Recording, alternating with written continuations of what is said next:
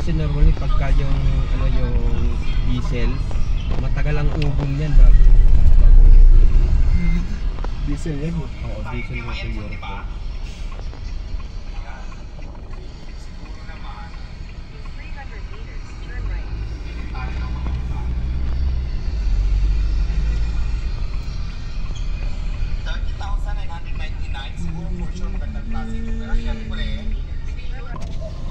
Kuya, bang masagi kayo ah?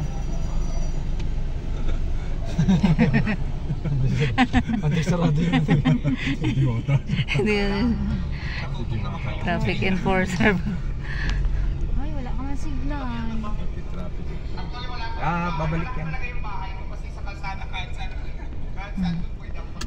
Ito dapat may roof tong ano mo kasi pag nag-ulan yan, papasok yung tubig yan.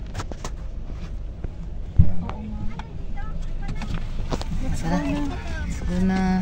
Yan ang pagpatay. Thank you, Madam Diwata. Kasabay kami. Aray. Thank you.